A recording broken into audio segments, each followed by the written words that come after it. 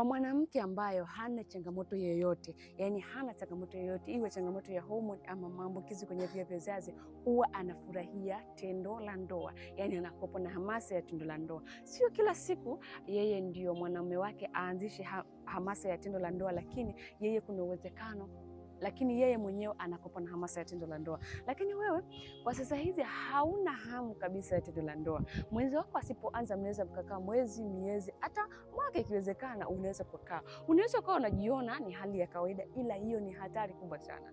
Kama unapitia hali hiyo, nenda kachunguze mambo yafuatayo. Jambo la kwanza, kama ulishawahi kutumia uzazi wa mpango, ujue